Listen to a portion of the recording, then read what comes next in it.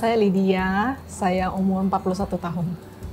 Tugas saya kan dari budaya humanis. Di sini saya tugasnya itu merangkul karyawan-karyawan Seci Hospital untuk terjun ke kerelawanan.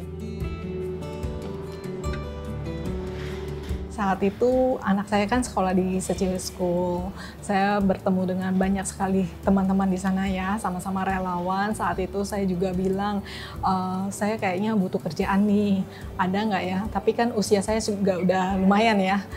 Jadi saya coba saya cari. Ternyata ada beberapa saya interview. Nah sambil nunggu jawaban, terus temen bilang, anak kan sekolah di Seci School, kenapa nggak ke Seci Hospital atau ke yayasan atau ke TAI-TV. Nah, jadi saya juga ada masukin beberapa lamaran. Nah, saya akhirnya dipanggil sama Seci Hospital. Nah, saat itu jodoh saya sama Seci Hospital sih.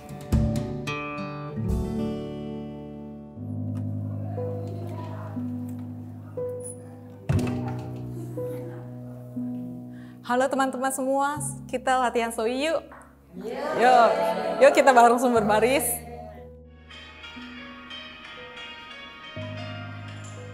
Sebenarnya saya ada sedikit masalah keluarga. Jadi anak saya kan masih kecil, masih harus bersekolah. Jadi saya butuh pekerjaan. Memang keluarga Seci itu sangat mendukung saya ya, baik dari semua unsur.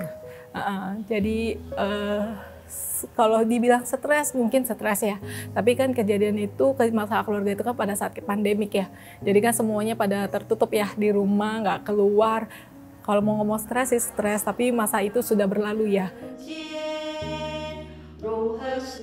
Teman-teman sampai bilang, aduh pas ketemu sampai peluknya saya sampai nangis. Lu gak gila aja udah bagus.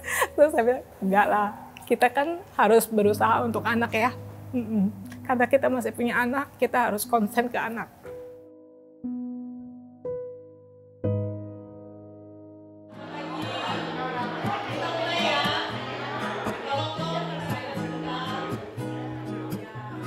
Sosok ibu yang tangguh, inilah yang terlihat dari Lydia. Di sela kesibukannya sebagai staf di Seci Hospital, akhir pekan tetap ia gunakan untuk melakukan sesuatu bagi orang lain dengan menjadi relawan Seci. Kali ini Lydia bersukacita dapat ikut serta dalam kegiatan kunjungan kasih. Apa sih yang dimaksud dengan Kanenhu? Kanenhu itu adalah penerima bantuan. Yang kedua adalah berusaha memberikan kebahagiaan dan ketenangan bagi pasien dan keluarga. Pertama kali menjalin jodoh itu pada saat anak saya sekolah di Seci School. Ya saat itu kan saya nungguin anak. Nah pada saat nungguin anak mungkin 1 minggu pertama kan itu emang orang tua boleh temani ya. Jadi mungkin saya selalu nunggu, terus akhirnya hari ini kelihatan, besok kelihatan, lusa kelihatan. Akhirnya saya ditarik sama Dai Mama.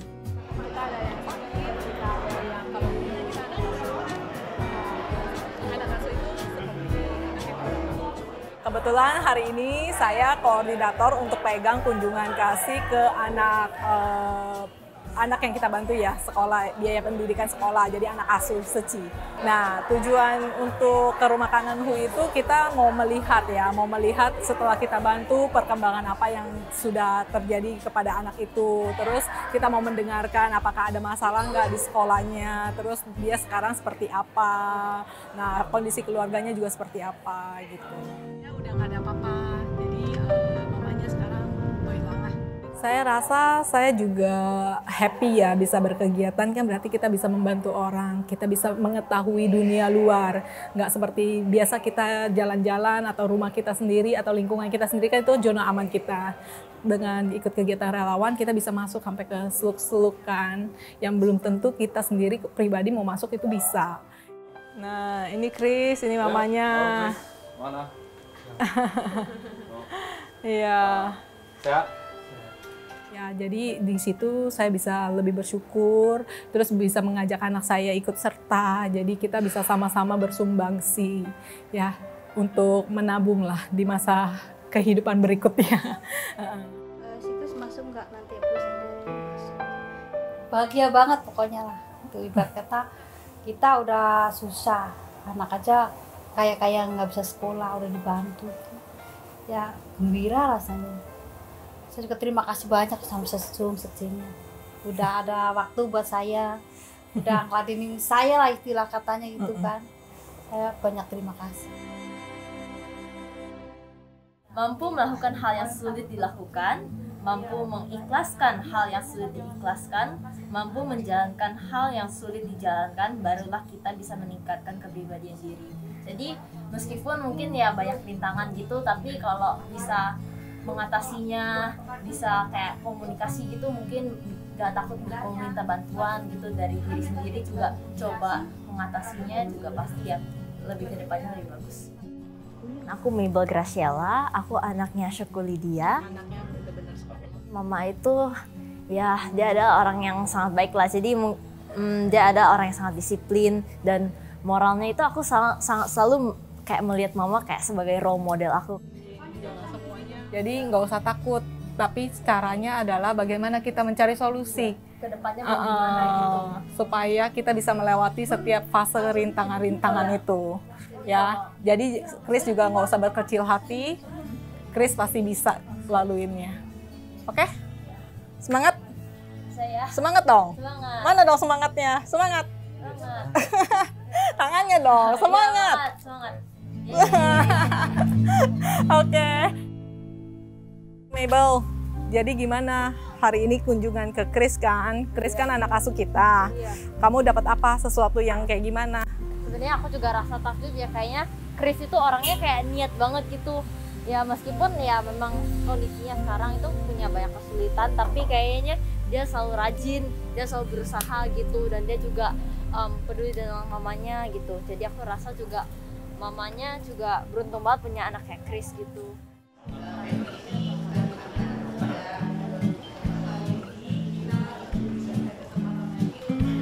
Dari kunjungan pertama ini aku dapat impresi yang sangat bagus. Sebenarnya itu juga karena aku rasa kadang-kadang kalau ikut kegiatan Seci ini aku itu punya kesempatan untuk berbuat baik, karena kan kayak kadang-kadang kita kerjain hal apa mungkin bisa menimbulkan karma buruk gitu.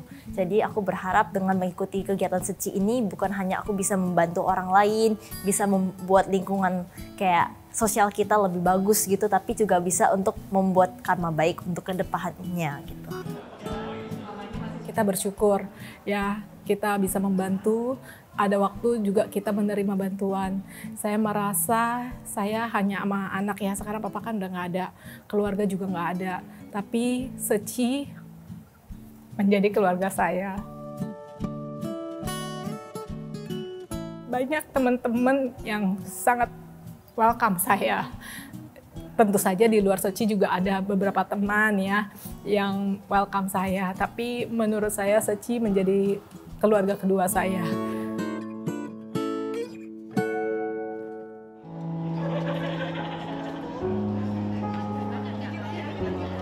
Anak saya juga menjadi vegetarian dari kisah saya, kisah kita, kisah keluarga kita. Ini boleh pindah kali ya, keriknya di sana. Sebenarnya dulu aku gak suka VG ya, aku sampai rela gak mau makan karena kan dulu SD kan juga vegetarian, aku sampai rela gak makan gitu karena aku gak suka vegetarian. Tapi 2 tahun yang lalu aku memutuskan untuk menjadi vegetarian. Saya ada tanya sih, kenapa Yu tiba-tiba memutuskan vegetarian? Padahal kan Yu suka daging, ya kan, apalagi daging sapi. Terus dia bilang, Mama, sudahlah ya, saya udah nimbang-nimbang, kayaknya kasihan juga hewan kita bunuh. Yang kedua kan kita ada lagi masalah keluarga. Yang ketiga dia bilang, saya masih kecil begini, tapi kayaknya kok cobaan hidup banyak ya. Mungkin karena kehidupan lampau, karma saya kurang bagus. Saya bikin sesuatu yang nggak baik, makanya di kehidupan ini saya nuai. Jadi saya maulah kehidupan berikutnya saya bisa terlahir menjadi yang baik gitu. Jadi sekarang saya mau coba vegetarian.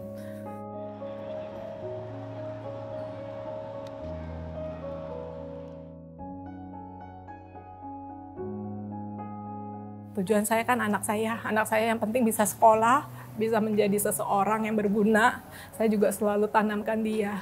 Kita ini dibantu, kita ini disupport ya. Jadi kita juga harus melakukan yang terbaik yang kita bisa. Kita juga nanti suatu saat kalau cita-cita kamu terkabulkan, pekerjaan kamu dapat yang bagus, kamu juga harus bersumbangsi ke masyarakat seperti hari ini. Kamu dipeluk, kamu juga harus memeluk.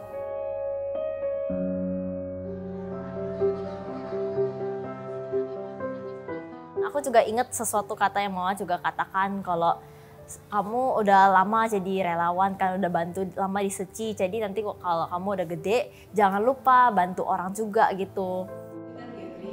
Dia ada 2 topik. Topik pertama Dokter Andi, hanya kita ambil unsur. Sebenarnya apa yang menimpa keluarga saya itu juga jadi berkah buat keluarga saya.